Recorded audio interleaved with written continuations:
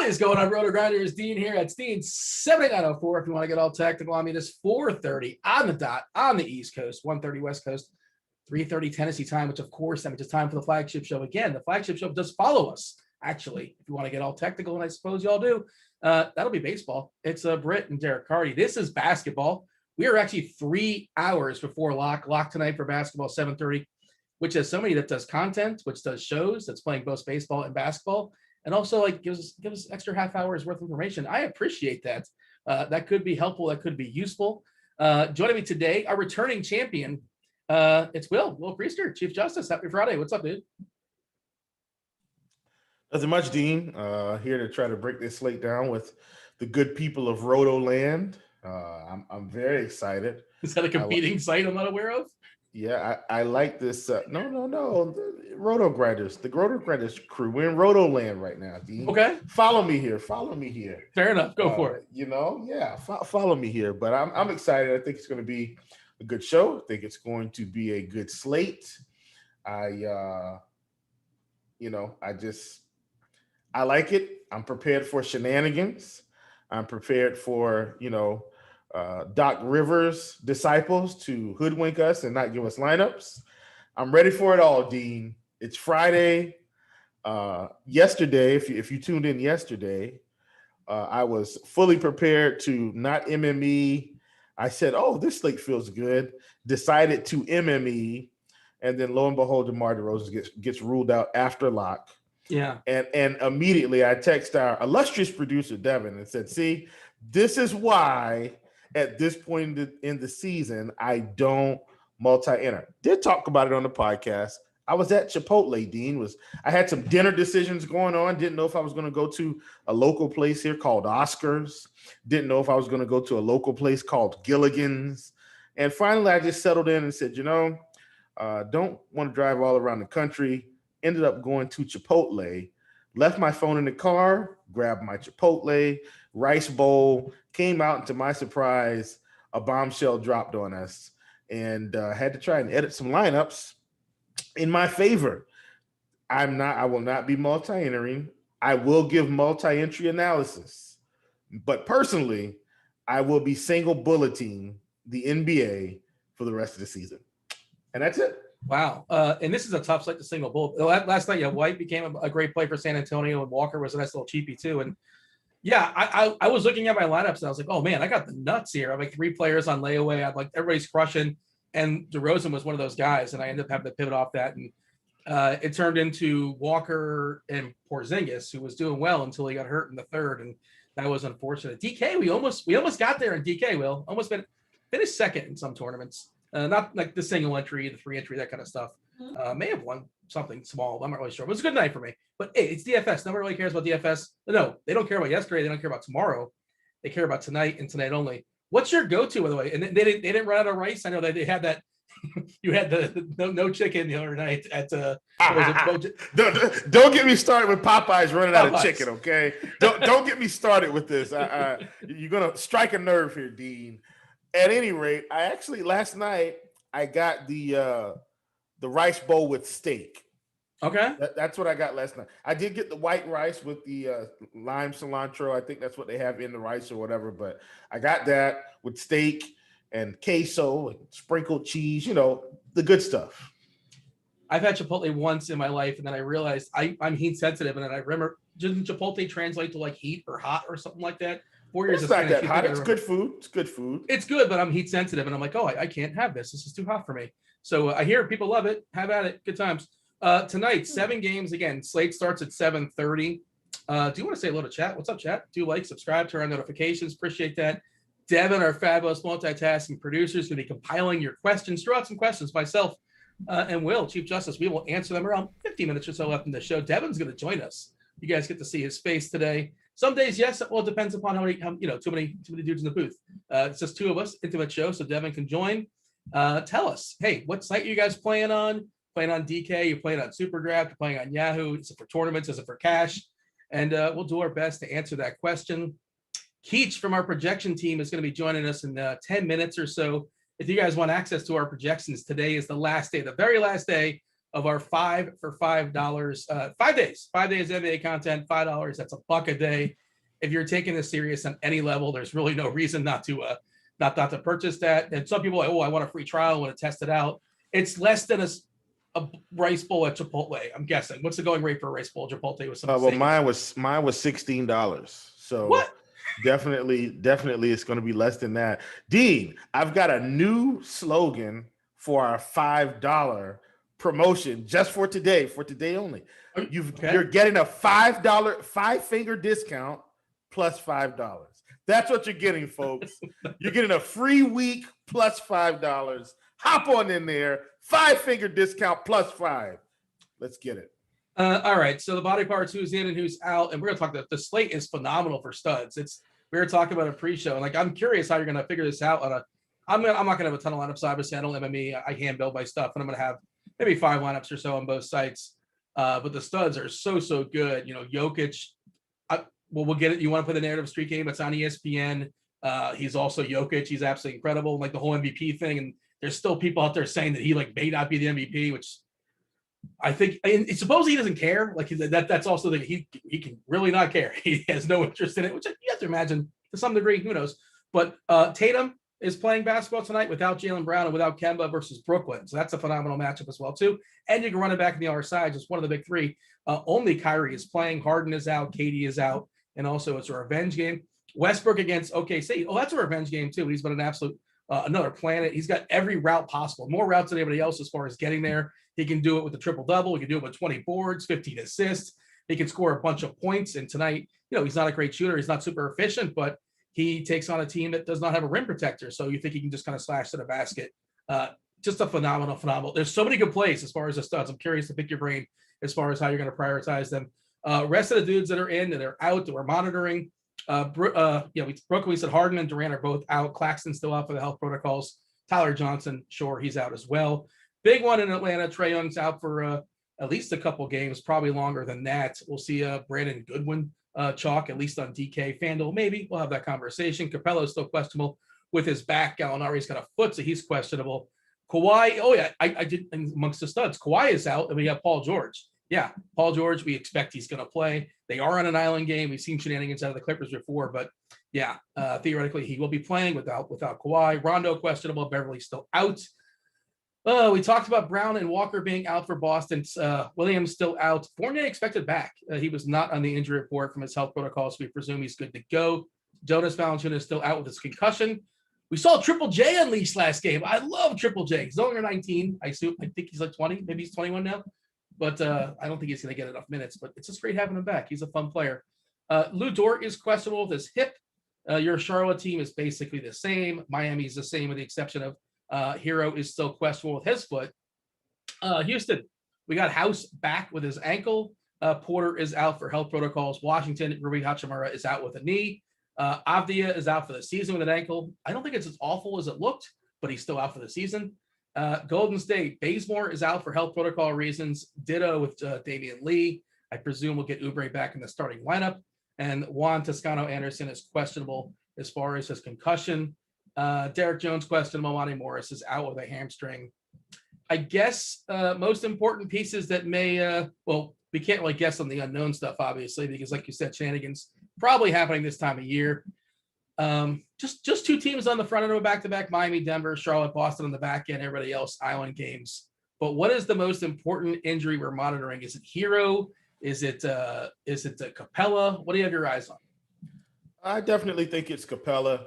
Hero isn't going to move the needle for me. I don't care if he plays or not. I'm not playing him today. So for me, Hero doesn't matter. So for me, I definitely think it's Capella. I also think it's Lou Dort. Right? Like Lou Dort's still questionable. And on the surface, while that may not seem like a big deal if he's out, seems like Sivy may get 30 minutes. That's probably going to help out Darius Bazley a little bit more. It is a matchup with Washington. So it's kind of going to open it up for some of these guys that need to put the ball in the basket if they're going to stay competitive. Like Teo Maladon is there, but he's not really a scorer per se. So, I think that will give me some interest in the Darius Bazleys, the Civies, maybe a little bit of Poku, maybe. But Lou Dort would have to sit in order for that to materialize. I do want to go over this. I think this is important. You guys know I keep saying it on every show. I've been on standings alert for the past week or two, trying to make sure we see what's happening because, and remember what we said. Trae Young absolutely has to be hurt if he's not playing right now. He's absolutely hurt. He's right? legit hurt, yeah. Right. And why is that a big deal? Well, the Knicks just jumped them for the 4th spot. So the Knicks have a home court spot right now. The the Hawks are a half game behind. Well, guess what? The Celtics and the Hawks play tonight, and the Hawks are playing the Heat, who are 31-28. The Celtics are 32-27, and the Hawks are 32-27. Just by default, if the Heat beat the Hawks, they're going to essentially be tied for 5th place with the Celtics, and now we're in a head-to-head situation. Now, this is going to continue to evolve, but I'm pointing this out because this is very important right now in what's going to happen. The Heat don't want to have to play in, and neither do the Celtics. Mm-hmm. And I'm not saying that they wouldn't win the play-in. I'm saying I'm sure they would prefer not to and have a place locked up already, not have to go through these extra games. So I'm on standings alert. So I think 4, 5, and 6, or 4 through 7. I think all these games are going to become exponentially more important the closer we get to the end of the playoffs. I mean, I think the Hornets want to keep winning, and the Pacers can sneak in. Guess what? This game is important for the Wizards. They keep winning. They're already in the play-in scenario. What if they win again? They could end up 8. So I think all of these things are important for all of these slates moving forward. So that's kind of been the alteration to my process. I don't wake up in the morning and go to lineup HQ. I wake up in the morning and go to these standings. I want to see what's going on, look at who's playing, because I definitely think it impacts how a coach will coach the game, how they, maybe how the players have a little extra motivation. And I know motivation isn't quantifiable. I'm not saying that. But trust me, if a team's on the brink of having home court advantage of being able to get in the playoffs without the play-in, they want to do that. So I think maybe that gives them a few extra minutes if they're down by 8 with 4 minutes versus, if they're down by 8 with 4 minutes in another scenario. The coach may say, well, we'll just see what happens with the bench. No. They're going to have these starters in there down the stretch. It's hard to bake in motivation as far as the projections. And like you said, in Boston's face in Brooklyn, and you're right, there is an opportunity where they can jump to 5 or even potentially 4. And I could see and they're super thin. I could see a scenario where Tatum plays 38, 39 minutes tonight, and Marcus Smart plays 38, 39 minutes tonight. I think the minutes is the quantifiable formula. So we can't quantify the production, but I think the minutes bump is what's maybe the quantifiable piece, Dean. Maybe in a normal scenario, Tatum plays 36. Maybe tonight he plays 38, 39, especially with those guys out. The extra 3 minutes could be the difference between, him getting to 45 fantasy points and 51 fantasy points, and that's a big deal when he's 9,500 on FanDuel. I just want to point this one out. You're talking about Lou Dort, and he's clearly not even a conversation, the best defensive player on a team that's horrific defensively. This is actually a free tool we have here at RG. The NBA defense per position. We don't talk about it very often. Like collectively, how many points does this defense yield? I pulled up the last 4 weeks, and OKC, DK specific, is giving up 256. That's the worst in all of basketball. Second worst team on this slate is in the season is Houston. I'm sorry, the last 4 weeks is Houston. So the 2 worst teams defensively are on this slate tonight, and OKC is 9 points worse than the 3rd worst team, which is Minnesota, and that's with Dort playing some games. And you can flip on the other side, like Dort, you'd imagine, will be on Beal, right? If Dort doesn't play, I think Beal gets a bump. Either way, Westbrook's getting his because that's just how it's going to go down. But just pointing out that OKC is horrendous defensively. They're facing Westbrook, who crushes, and Beal, I think, would benefit significantly as well, too. But again, that's the problem with the slate. We're going to talk to Keach in a second as far as projections. He's going to help us out with some of the cheapies or some of the stuff that might open us up.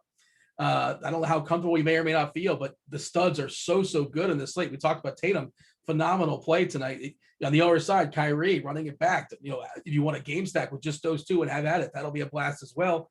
Brooklyn, we're looking at 9, 10. Well, they did add Mike James. He is available to play. I don't think he's in the player pool, but he's a person. He's a body that's available. Otherwise, Brooklyn. Mike James. That's a reference to Mike Jones, if you didn't know what that was. That's what I thought. I think everybody caught it, but we're good. All right. Yeah.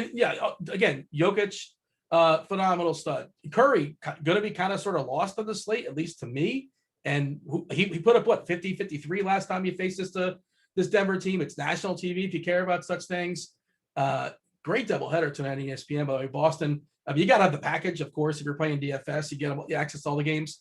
Well, I guess you probably lose Charlotte, but you have to the local. Let's not get into the TV contract stuff, but that stuff is nonsense. Please, let's not. God, it's so terrible.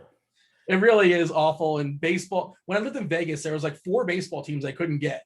When I lived in Vegas, I couldn't get the Dodgers, and if you live in LA, there was years if you had DirecTV, you couldn't get the Dodgers at all. They were in contract disputes. I don't know if they settled that or not, but why am I going off this tangent? I have no idea. SBK should be with us any minute now. I don't know. Devin, let me know in my ear when he does pop in. Yeah. I went over the East. I did want to talk a little bit about the West because you brought up Curry and the Warriors. They're in the 10th spot right now. They're 29-30. The Spurs are 29-29. The Grizzlies are 29-28. Well, why is that important? They're both playing tonight. And I'm just saying, it looks to me as if the Warriors may have to play in no matter what, along with the Spurs, along with the Grizzlies. Yeah. The Mavericks are starting to get a little bit of separation, just a tad. They can't go on some massive losing streak. But the Trailblazers are playing tonight, and they're 2.5 games behind the Lakers. The Lakers have lost 2 in a row. Now, I do expect the Lakers will kind of start turning the corner as AD picks up more minutes. But my point is there's still a lot of movement here between 6 and I guess I would say 6, 7, and then 8 through 10 in terms of the Western Conference. And especially with the Mavericks being 32-36, they are 4 games above 500. And if the season ended today, they'd be in a play-in situation with Warriors, Spurs, Grizzlies. And I don't think they want to see maybe the Warriors with Steph kind of on a heater if the season ended today. So I think this is going to be an exciting, wild ride. Did want to kind of give you the bottom of the standings there. Last thing, the Clippers, they've won 3 in a row. If they win tonight, they're going to be closing the gap on the Suns. Ironically, and everybody, we've been looking at the Suns and looking at Utah. Well, guess what? The Clippers are only 3 games out, and Donovan Mitchell's not going to be playing for a stretch. They're right on the tail of the Suns. They win tonight. They're 43-19. They're a half game behind the Suns for that 2 spot. So 1 through 3 may get a little tight here as we go down the stretch. And now, Dean, I'm done with my standings analysis. Back over to you, my friend. By the way, taking a walk down Narrative Street, again, I was watching the Golden State game last time out, and they kept plugging away about the game against Denver tonight. I think it's their getting tickets to it. I think it's their first game. They're going to have people in the crowd, and it's on ESPN. And that's also important too for the playoffs too, because and again, for certain states, different policies, yada yada. But it's going to be at least a month down the road, whatever it is. But these teams are going to want home court advantage means more this year than it did last year in the bubble. Obviously, it goes without saying, but you kind of sort of forget that. SBK, what's going on, dude? Happy Friday. How's things in your world? Good, man. It's last couple of days, kind of we got a 7-game slate today, 6 games yesterday. Kind of seems like NBA's taking it easy on us a little bit leading into the weekend. So yeah, I'm enjoying it. SBK, I'm praying for you. I'm sending up some prayers daily for this last game of the season, man. I can only imagine what it's going to be like when the optimizer, when Lineup HQ spits out all $3,500 players. Ooh-wee. I'm praying for you, buddy. The last day of this season is going to be pretty crazy. I think that Saturday, I'm on a boat pretty much the entire day. Going to be drinking my face off. Yeah, probably. I'm planning on being sick. Go ahead, Keith. Yeah, I'm sorry. No, you're fine. Yeah, I'm sure I'm just going to wake up a hungover mess on Sunday and probably be one of the worst days of my life. Although I think that elation is going to come on Sunday night when that last game starts, just leading into the playoffs. It's going to be unbelievable. All right, Keith, we already talked. We've talked about all the big studs that we like tonight. The studs are so good. We keep talking about it. Westbrook, Tatum, such good positions. Kyrie, the only man standing there as far as the studs. The cheapies. How do we make this work tonight? Who is Armani Brooks, and do I want to roster him tonight? I mean, he's been playing a lot. I think he played 35 minutes the other night, which led the team in playing time. 31 minutes and change. We have him projected for 33 here tonight, so expecting kind of a similar allotment of run. I think if he had shot the ball a little bit better, we could be looking at, I think the appeal for him would be considerably higher. I mean, he's 2 of 11 from the field, still end up churning out 26.5 DraftKings points in 35 minutes. So if he shoots the ball a little bit better, I think there's absolutely a ceiling here, and he's definitely a guy that at his salary I'm very much interested in, pretty much in all formats. I don't really think there's any other cheapies on the Houston side that I'm at all interested in. Denell House obviously back tonight. We have him projected 20 minutes, kind of just somebody that's kind of eating into playing time on other guys on the wing for Houston. But yeah, definitely interested in Brooks tonight. What about Lou Dort? If he plays, are we interested in Dort? There is kind of sort of some sticker shock, but he's also facing Washington, and we've seen some games where he's been super aggressive and just scored 35, 40 actual points in the bucket.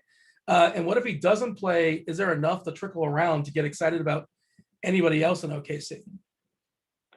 So if he plays, I think the FanDuel price tag is definitely reasonable. I think the DraftKings price tag is absolutely not. He took 20 shots in that Detroit game, made 9 of them, shot 3 of 8 from 3, on his way to 44.5 DraftKings points. The game before that, he had 66 fantasy points, 7-11 from 3. I mean, I just don't think that efficiency is going to keep up. And I also would kind of be surprised if he continues to take like 20, 25 shots a night. So yeah, not pulling the trigger on DraftKings. I do still think he'd be viable on FanDuel. We'd still have him projected for like 30, 32 minutes, assuming he plays. If he does sit, would make Teo Mount on a little bit more appealing. Svi Mikhailuk would play obviously a bit more in the wing, would probably start. Same with Kendrick Williams. He'd be playing more, would be more appealing. But yeah, I'm not really sure I'd be like itching to roster any of those guys. Darius Baisley would get a small bump up, but that price is kind of coming up as it is anyway, and it's kind of matched the strong performance he's had over his last 2 games. So yeah, that's kind of about it on the OKC side. Svi is 3.8 on DK, which is I think I could talk to that if Dort doesn't play. It's kind of interesting, and he might get close to 30 minutes or so if Dort doesn't go. So, and again, the cheapies aren't spectacular. I guess the other side of that game, no Hachimura, no Avdia. We're projecting Bertans to start. I believe he started the second half last game too. He's going to chuck up his 10, 12, 13, 14 threes, and maybe you get in the right set of variants as far as his 3-pointers. He's another guy that kind of sort of makes things work. We talk about OKC as far as how they're bleeding fantasy points. Gafford's been great. They also have so many centers there. It's hard to trust who's going to be the whack-a-mole center of the day. I assume it's going to be Gafford, but he still might only get 22, 23, 24 minutes. The cheapies on Washington, how interested are you? So I think, Gafford is very appealing. Obviously, you kind of know with the playing time just being very much up in the air. I mean, I think like projecting anything north of 20 is very dangerous on really any of these guys. I think he's the only one that you could project for more than 16 right now. It seemed like they were doing somewhat of like a 16-minute split between all 3 of them for a little while. And now Gafford, I guess, seems to be putting some distance between himself and the others, but still coming off the bench. I mean, Russell Westbrook just makes his life unbelievably easy. He doesn't really have to do anything. I mean, just like watching those last couple of games, it's pretty much just Westbrook just puts it up there and he just kind of just dunks it. I mean, it's unbelievably easy. He's probably never had a better time playing basketball in his life. Yeah, obviously gives you something in the rebounding department as well. He's been like a very strong per minute producer. Yeah, I think the vast majority of that is due to Westbrook. But yeah, so Bertans we have projected for 32 minutes. I do like him as a value target. Obviously, very shooting dependent. It's going to be his success is going to be determined upon how he shoots the ball from 3-point range. So you're obviously dealing with that volatility. Raul Neto has played 36 minutes in the last game. I think he was still only about 28 in that game before, but he's been starting and against another team that likes to play small generally. I could see him playing upwards of 30 minutes again here. And he's like kind of near the minimum on both sides. So I do think he's an option, not somebody I think like you're super excited about their ceiling, but you're looking for a floor, somebody's going to play 28, 30 minutes. I think he's not a bad option there. But yeah, I'm just very curious to see what the centers, if they continue to ride Gafford maybe a little bit heavier. They had played him one game, like 26 minutes, and then, the next game right away, right back to 16. So I could absolutely see him just, reverting right back to 16 minutes, and there's a split between those 3 guys. But if anybody has upside in that center rotation, it is Gafford. Yeah, I think that's where we're looking as far as the cheapies. I mean, Washington has some cheapies, and Goodwin, especially on DK. I mean, you can play him on FanDuel too at 5K. Atlanta wants to win. We just talked about how Atlanta, they want to win, especially this game against Miami, who's right in their tail. as far as jockeying for playoff position. They don't want to fall back to the 7 spot. So, and they have Lou Williams, savvy veteran. They have played them together for what it's worth. I think they crossed over for 4 or 5 minutes or so last game. How good do you feel? I feel much better, obviously, with Goodwin on DK than I do on FanDuel because of the price. And it just sort of helps you get that star scrub, mojo. And then Okongwu is 3-1. If we don't see Capella, your thoughts as far as the Hawks before you get you out of here? So Goodwin he played 37 minutes in each of those 2 games that Trey had missed before, and had over 30 fantasy points in both games. The one caveat to that is that he shot the ball very well from 3-point range. He was 3 of 4 in one game, 3 of 6 in the other one, and was 6 of 12 from the field and 7 of 10 from the field in those 2 games. The assist numbers, he had 3 in one game, 8 in the other. So I guess kind of a little bit up in the air there. But he's not going to take a ton of shots, so he's going to need to be pretty efficient if he's going to return the type of value that he's returned in those 2 games with that trade before. So I do think there's like a little bit of reason to be kind of cautious, especially on FanDuel. I think that 5K tag is kind of prohibitive for him. Obviously, the 3.4K on DraftKings, he can miss some shots here and still get home if he's playing this kind of minutes. But I do think there's a bit more of a risk here than some people probably realize, just given that he's not going to shoot the ball much, so he's really going to have to clean up in the ancillary stats. If he doesn't do that, could kind of be an ugly performance. But just given the playing time and the price on DraftKings, I'm in there.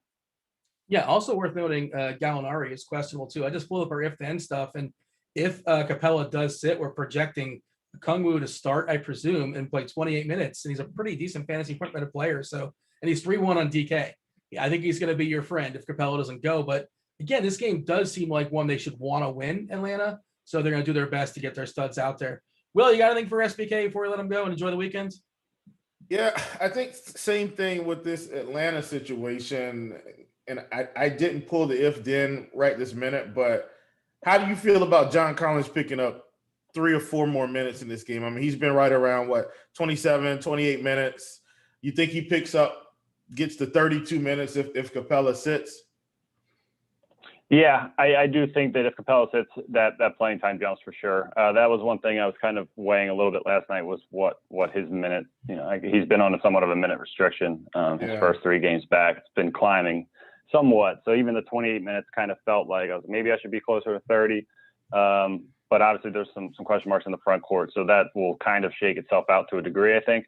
But yeah, if Capella or Gallinari, I think either of those guys miss time, Capella's minute projection will rise. I think it could get as high as 32, 33 if both were to sit. But just given that he's still kind of this 4th game back, I think anything like 34 or over would probably be pushing it. But yeah, there's definitely room for growth in that minute projection. And same with the fantasy point per minute rate. I mean, if Capella sits, the per minute numbers for Collins will jump, I think, considerably. I don't have that data in front of me right now, but I think from the past that's what happens. So yeah, another thing to keep an eye on for him there. Thankfully, that is a 7:30 game, so we should have clarity as far as Atlanta against the Tip is a 7:30 tonight as far as a 7-gamer. SBK, appreciate your time. It's going to get – shenanigans are happening. You've been warned. Be prepared. Be ready. And crush it tonight. Enjoy your weekend. You as well, boys. Have a good one. All right, likewise. I see you in the chat. Took a peek there in the chat. What up, chat? Like, subscribe, turn on notifications. Do appreciate that. Keeps the proverbial lights on. We did mention the 5 for 5 discount that we have going on. What did you coin that, Chief? What's the slogan for the 5 for 5 as far as the content? 5-figure discount plus $5. Doesn't 5-figure discount mean it's free? Yes. But then so it's free, but it's not. But okay, well, it's 5. Okay, so it's a 5-figure. Just as long as you pay the $5, it's free. Is what you're saying? Yeah, it's a free week plus $5, Dean. Come on, work with me here. Work with me. I feel like that might be misleading. Yeah. Also, we should mention SuperDraft content is now in Lineup HQ. We have Yahoo, SuperDraft, DK, FanDuel. You guys can run optimizers with that. Have at it. And there may, I don't know, little birdie, there may be a potential Rotogrinders free roll coming up in the next week or two. Speaking of SuperDraft, and again, Lineup HQ access to that. They just fired it up the last couple of days or so. Devin, our producer, is going to be joining us about 5 minutes or so. He's compiling questions in chat. I did see a baseball question. Baseball's just following us. You got Derek Carty, CEO of the Bat, and Britt at 5:30. They take you guys up to Crunch Time tonight, which takes you guys up to Lock, obviously, if y'all are premium members. If you're not premium members, Why not? Get yourself $10 off the first month. One sport, a la carte, or all the sports, with the exception of NASCAR, $10 off either way. Ask some questions, and Devin's going to compile them. He's going to fire them our way regarding tonight's basketball slate. Do give us details. Tell us what slate you're playing on, what site you're playing on. Is it for tournaments? Is it for cash? You said you're firing out one lineup tonight. How are you prioritizing the studs? Because they're all good, and we live in the world of a salary cap. So how do you make it work? Dean, you should already know my stud. I play this stud pretty much every slate without fail, and it's never really a letdown. Now, maybe a couple other studs will outscore him a few times, but guess what? I'm still getting my 50 to 60, and if he keeps the turnovers down, I'm pushing 65, 70. It's definitely Mr. Russell Westbrook. If you want to know my lock of the day, I've already, put it out there that my mass multi-entry season is over for NBA, but that does not mean if I was playing mass multi-entry, that would be fading Russell Westbrook. On FanDuel, it's just a lock button. I mean, it's 11K, really good matchup. Westbrook's a guy that can get 60 in 3/4. He can. I'm not saying he will. I'm saying he can. And so he's kind of my guy tonight. If there's one stud I'm paying up for, it's definitely him. And that's where I'm at. Trying to see what position Okongwu is on FanDuel. Is he a center or is he a power forward? I wonder. Because that he is center, actually. He's center. That's kind of a bummer. Well, I mean, speaking of center on FanDuel, it's actually quite interesting. Last night I was kind of, just sitting on 2 centers, but I think I'm going to be sitting on 3 centers tonight on FanDuel, and 3 and a possible. For all you spades players out there, 3 and a possible. I'm going to go with. So first of all, the two's wild when you play spades. Well, yeah. Well, listen, man. If you're playing my type of spades, we're only including the deuce of spades and the deuce of diamonds. Deuce of diamonds trumps the deuce of spades. So look, I'm not going to get around the family reunion cookout table. We're just going to keep it at that. A lot of good and bad memories at that spades table. You start smacking them around and throwing tables down. Listen, you get that book, you slap it and pull that book in. Man, what a good feeling. Especially when you run a Boston. Diamond State, by the way. The way I remember Boston. My goodness. What's up? I'm giving you good cookout talk now. Let's get back to this slate, Dean. Your 3 centers, by the way, I'm going to tell you who they are. It's Jokic, Nurkic, and is it Thompson? Kelly Olynyk. Okay. Yeah, he's fine. Three and a possible, and my possible is actually, come on, Dean. It's Mr. Zubac. He's like the one that's like, it's like double dutch. It's like I can get him in. Do I want to get him in? Can I get him in? He's right there. But those are kind of the ones I'm going to be deciding with. I feel like Jokic may be off of the table for me because I'm definitely playing Westbrook. So he's absolutely in. And I'm definitely playing Paul George. The question is, do I want to play Tatum? Well, and if I play Westbrook, no, I've already done the bill. I can play Westbrook, George, and Tatum and be fine. The question is, do I want to play Tatum?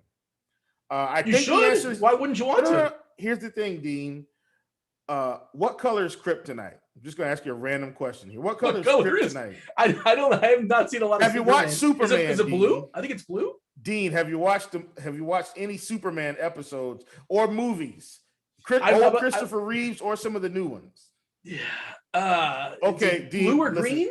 Yeah, Kryptonite is green, and that's my Kryptonite is Jason Tatum in the Celtic green. For whatever reason, it doesn't matter what kind of matchup it is, I play them in the best of spots. And keep in mind, I'm very picky with the Celtics. I do not play any Celtics when they're all healthy because they all I don't know whose game it's going to be. I don't know if it's going to be Brown, Kimba, Marcus Smart, Tatum. I don't know who it's going to be. So I don't even play them. I don't play any of them. But typically when one sits, I will decide to play one. Well, of course, last night I played Jason Tatum. He puts up 35. Kimba puts up 40. It was a weird game. Don't get me wrong. And they were playing the Suns. So I understood what I was getting into. Tonight, however, they're playing Brooklyn, which quintessentially should be, I don't think quintessentially is the right word. I think I used that word wrong. But either way, it sounded good. Context clues, I got it. Yeah. Tatum should have a better road to production tonight with even more guys out. with even more guys. So in my head, I'm thinking I will have Tatum, and if that's the case, I won't have Jokic because I won't be able to fit him in. But if I decide to pass on Tatum and plug in Jokic, I'll have Westbrook, Paul George, and Jokic, and I've got some value plays that I can build around that too. I think if you're not playing Tatum, you're probably supposed to get smart. I think you're supposed to get one of those two because one of those two has to have a big game unless it's like a 40-point blowout and just nonsense shenanigans. But like you got to think if it's not Tatum, it's smart, right? Yes. Yeah, I mean, look, yeah, I know, but that's what I'm saying. They've already got the guys out, right? So I know Kemba's out, I know Brown is out, Robert Williams is out. Like Tatum should get there, but I'm just saying, man, he's probably the most inconsistent for his price point tonight. And when I'm running one, do I want to do it? I think I am going to plug him in because they're playing Brooklyn and he could put up 60 tonight. Like this is the spot for you to go ahead and get rid of the kryptonite effect and do what you're supposed to do from a fantasy perspective. Yeah, I mean, he has been, but like you said, the spot is just so good and the teammates missing is just makes it really, really appealing. If you care about national TV narratives and things like that, Boston versus Brooklyn, you can run it back with Kyrie on the other side if you want to run it back, have yourself nice little game stack. You can also play Thompson too. And I don't know who else you play on Brooklyn if you're running back. Harris, but for me, it's basically just Kyrie. I don't think I want Brown or Harris or any of those. I mean, they're all one's probably going to get there, but I don't think it's worth banging your head against the wall trying to figure out who it's going to be. Devin, are you with us? No. What? Yeah, I am. Dean, you're killing me with these just terrible references. You've done two of them today. Well, the one before in pre-show also. It's just you're laying it on so thick. What was my pre-show reference? We were talking about a Mortal Kombat trailer, and you would make a Street Fighter reference. Jean-Claude Van Damme. It's the same thing. They're adjacent. No, sir. Jean-Claude Van Damme was not in Mortal Kombat. Come on. Street Fighter and Mortal Kombat are adjacent. I will die on that hill. They're adjacent, but they're not the same. No, and the same or not. They're not the same movies. Yeah, does not make the same movie. And what was the other one? Oh, the Superman thing. Yeah. Dean, first of all, you're categorizing these things as movies. They're actually should be categorized as video games that have movies. Yeah, which was a better video game. They're both fun. They're both fine. But if you played the game, Dean, you can't confuse Street Fighter and Mortal Kombat. I mean, come on. Think Chun-Li was my girl. Like, wasn't she Street Fighter? I think. Shocker. The kid, was she like a cheat code? I think she was like too good, right? So what video game was Katana in? Since you're bringing up Chun-Li. That was in Killer Instinct. Mortal Kombat, D. Come on. Killing me. I was killing me. I thought you were trying to serve Dean, me. we're doing a Street Fighter Mortal Kombat. That was a layup, Dean, and he says Killer Instinct. We talked about Killer Instinct pre-show too. It was a very important conversation we had. No basketball was really discussed. All right, we're off the rails here. Devin, you're derailing the show. You're the producer. It's on you. Well, yeah, I guess so. We'll go ahead and get to some QQs here. Unicorn, starting off. Do you guys want to do sites or cash versus GPP? What are you gonna do, Will? I'm versatile. I'll take GPP. You take cash today, Dean. All right. We'll just have no questions. Nobody's stay in each other's wheelhouse. Unicorn wants to know FanDuel. This one's kind of neither specified. Do you think they'll sit Smart or Tatum? No. They need to win. All right. Keelan, moving on. This one's going to be FanDuel tournaments. And this is specifically the 8 p.m. Express slate, so Cleveland versus Chicago. Who are your favorite plays from that game? That game's playing tonight? I forgot that was happening. I'm sorry, go ahead. Did you not hear the question? I did not. Dean was talking over me. I apologize. The FanDuel 8 p.m. Express slate, so that's the Cleveland versus Charlotte game. What are your favorite plays from that game?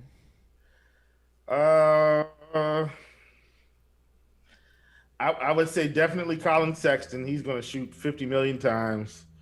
Let's go PJ Washington, Rozier, and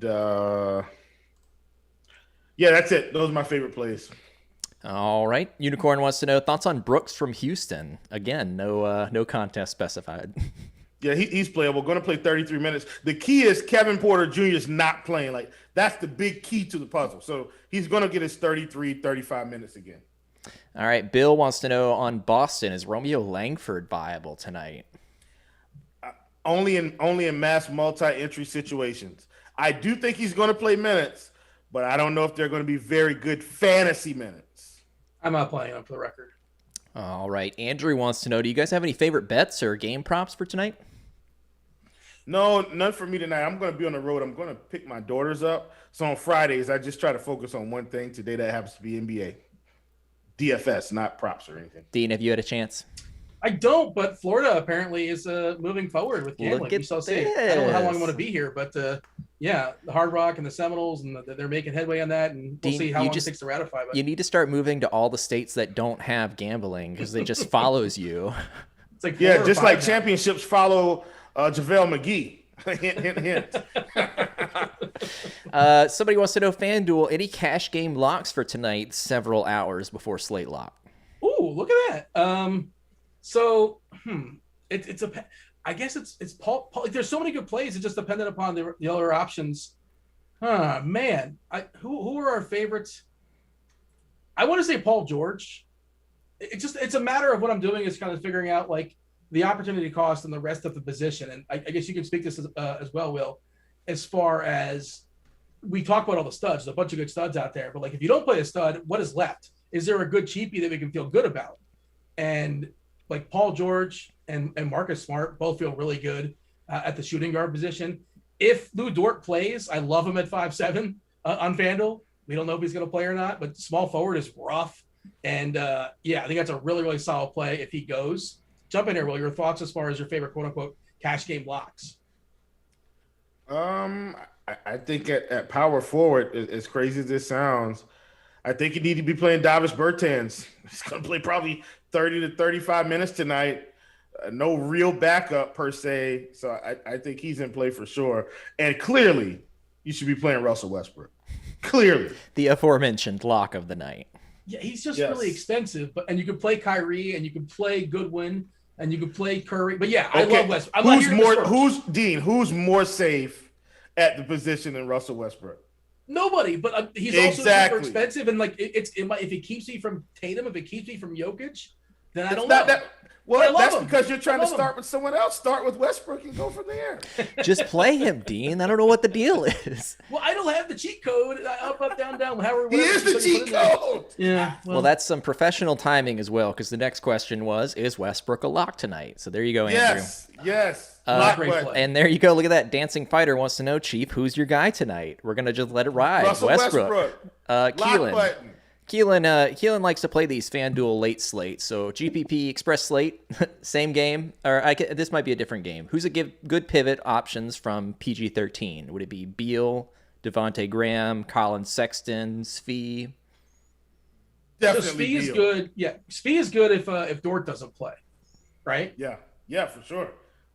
All right, cool. Smash that like button if we get your questions answered. Just got about a minute or so left. Andrew wants, or wait, what time do we need to get out of here? I think we have 7 more minutes. Did I bring you on too soon? Was it bad? No, we have some time. We've had these crazy slate locks lately. I've been like, wait a minute, is it 5 after? No, we got some time. Andrew wants to know, this is a non-DFS question. Where do you think the Lakers will finish in the standings? Oh, that's a real good question, man. I've got my reads on that. So right now, the Lakers are 2.5 games against Portland. Portland's playing tonight. I think they stay in 5 or slide to 6. I mean, they're 5th right now. I think that's where they stay.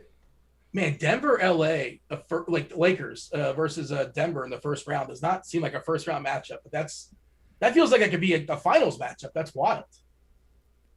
I will say this. Portland gets healthy, goes on a run. LeBron doesn't come back right on time. They could slide to 6, and then we get a LA matchup, a little mini bubble action with Clippers-Lakers right out of the gate. 5 or 6 is definitely where I think that's where they're going to be, regardless. The Clippers can jump the Suns. The Suns are not. I'm not buying the Suns. I'm sorry. I'm calling frauds. Dean calls BS on the Suns. No, I mean, the record is the record, whatever. And they've done a great job. Chris Paul and the coach, and good for them. They took a great leap. But I'm not. No. And Utah, too. Get out of here, Utah. Noto's going to have some words for you, Dean. I'm not buying it. Unicorn. Listen, secretly, I do think Utah could get put out the first or second round. That is my hot call of the tournament there. I mean the playoffs. Excuse me. Now, Unicorn wants to know FanDuel. Jay Parker, is that Jabari Parker on Boston? It is. That is Jabari Parker. Wow. I don't trust it. He's only playing about 15 minutes. I would say only if you're running 150 lineups would you put Jabari Parker in there. Dean, you might be laughing. If he got 25 minutes, he'd be a slate breaker and we'd look like idiots. I'm telling you. So if I'm in any type of single entry situation, I'm leaving him on the shelf. 150 lineups, he's not going to be high owned. But I will say this: Evan Fournier is coming back tonight, so it's probably not necessary. I don't need Jabari Parker for me to look like an idiot, for the record. I can do that all on my own. That's hilarious. He's also not even stone mint. He's 4-3 on FanDuel. Get out of here, Jabari Parker. I know. That's cheap. That's pretty cheap for the upside if you had the minutes, but famous last words. Yeah. Yappy, friend of the show on Discord, wants to know for DK, point guards versus Portland have been a thing this year, right? If so, Ja Morant seems projected a little low. Thoughts on that? I don't think Ja's projected low. Ja hasn't had the upside this year when the team's fully healthy. And they're getting actually closer to healthy than not healthy now, especially with Triple J back. But the price is still fair. So I definitely think you can get in on some Ja Morant. Portland is not playing great defense, by the way. So I'm not afraid to play Ja at all. I'm not going to be able to fit Ja in tonight. The problem with that is that Westbrook is 11K and I love Westbrook. Irving is 10K and I love Irving. I love Curry at 10. Now, if you're going to step down to Ja, well, Marcus Smart's cheaper than Ja, and I like Marcus Smart more than I like Ja. And if I want to just fully save salary, I got Brandon Goodwin at 3.4K. I don't know how to play it. He's not a bad and I do think Goodwin is your lock on DK, by the way. At that price, you need to have him in. With no Trey. He's like almost definitely going to be my lineup. I don't love it because goofy things can happen. Atlanta wants to win. Luke can take over the show. But yeah, like almost definitely he's going to be in my lineups. And hopefully it works out. All right, just about 2.5 minutes left. Don't forget to smash that like button. Let's go to a little lightning round. What do you guys say? Let's get it. Andrew, FanDuel tournaments. Is Lillard a sneaky play? How much exposure is too much? Yes, he's 8,700. Lillard is very sneaky today. I can't play him in Westbrook in the way I want to build. Lillard's going to outscore Curry, Westbrook, lightning and round, Irving? Dean. No. If he does it, he does it. I'm not playing. He says no. It's a price. He's 8,700. It's a good price, but I'm just saying. Like, all right, my bad. Sticking on FanDuel for King FanDuel tournament, favorite shooting guard in the 6 to 7K range. Marcus Smart. It's Marcus Smart. Keelan would like to know thoughts on Terrace Mann or Marcus Morris and Larry Nance. No Larry Nance. I would play Morris for sure. Seemed like that was a free use of the and/ors in that one, but King wants to know. Mann is hit, by the way, with Paul George being back. You mentioned Terrence Mann, and like it's hard to get excited. King wants to know FanDuel tournament spend up on Jokic or pay down at center. I think if you want the safety, you spend up. Because spending down, like I said, I think I gave out the options that you're going to have. For me, I may have to spend down, and if I do, it's probably going to be Kelly O. For me, but I mean, if I can get Jokic, I definitely want Jokic today. Big T's Burner wants to know Yahoo tournament. We haven't pulled open the Yahoo page in a while. Bertans and Garland or Goodwin and Baisley. Okay, I did Yahoo rankings today. I have Goodwin as my number one dollar for dollar. He's the minimum. He's $10 over there. You asked about Garland as well. Yeah, there was Bertans, Garland, or Goodwin, Baisley. Seems like for tournaments, maybe the first one. Yeah, it's probably. Well, your tournaments, I'll yield, but go ahead. I think I'd go the second one all the way across the board. Really? All right. Seems like that's going to be chalky, but yeah, it might just be the better play. Big Hurt wants to know any love for Nurkic tonight, FanDuel tournament. That's so funny because I was just going to ask. We should have mentioned Nurkic, and they want to get his minutes up there. Ideally, when the playoffs hit, they want to run him out there 29, 30, 31 minutes or something like that. And we've seen those games. Well, I know we're lightning round, but we've seen those games where he has 7 or 8 stocks. And he can get 10 plus boards, and he's really cheap. He can do things out there, and I don't want him to be lost in the slate. I want to make sure I grab some. 5.8 on FanDuel. I can't remember the DK price off top. I think it's good over there too. But we should not forget about Nurkic. All right, we'll end with Jeff wants to know DK tournament Smart or Ja. Tournaments, I would definitely go Ja. All right, Dean, you want to take us up? Yeah, Beam me up, Scotty. Beam me up, Dino. I have not. Well, I know the reference, but I don't watch Star Trek. I know I wear glasses, but I don't watch all these shows. Way to get technical on us, Dean. There's not a direct corollary of like I can't see, therefore I must watch these science. Yeah, I've never watched Star Trek before, but I'm aware of Scotty. That would be Leonard Nimoy. He's got the ears. Hey, we gotta go. We gotta step aside. Do appreciate. Stick around. MLB DFS is right on the corner. You got Derek Hardy. You got Britt, and of course, you all premium members. Hit up the crunch time. That follows. Take you guys all the way up to lock. Thank you for asking your questions. It makes the show a lot more fun having it be interactive. Hit the like button, subscribe. Don't go anywhere. Baseball right around the corner. That was Will. That was Devin. I was Dean. This was basketball. We're out of here. Holler.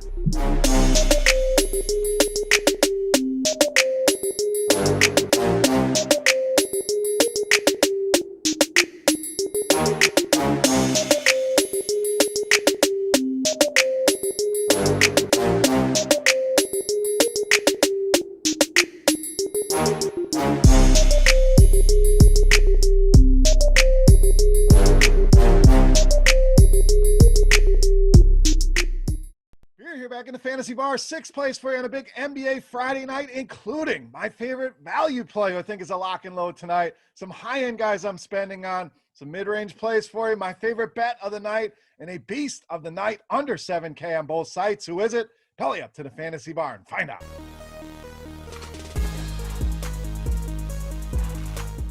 Welcome in, guys. Friday edition Beers Daily Fantasy Six-Pack. Talking some NBA here tonight. 6 plays for you, 5 DFS plays, and my favorite bet of the night. Thank you, as always, for hanging out here in the fantasy bar and checking out the video. Now, before we get started, some housekeeping as always. First thing, guys, do me a favor. Hit that thumbs up button. Really helps us out here in the fantasy bar. That's the tip jar here, so thank you in advance for that. Also, make sure you subscribe to the channel. Get notified when the videos are coming out. We're doing basketball, we're doing baseball, different days of the week. Want you guys in the loop, so make sure you subscribe and get those notifications. Also, some special offers for you. First, let's talk Rotogrinders Premium. This one not going to be around much longer. Make sure you take advantage of it. Actually ends today. So $5 for 5 days of Rotogrinders NBA Premium. This is the time of the year we're really going to need that. A lot of injuries going on, a lot of guys sitting out. So just $5. If you haven't tried it out yet, great chance to jump in and do that.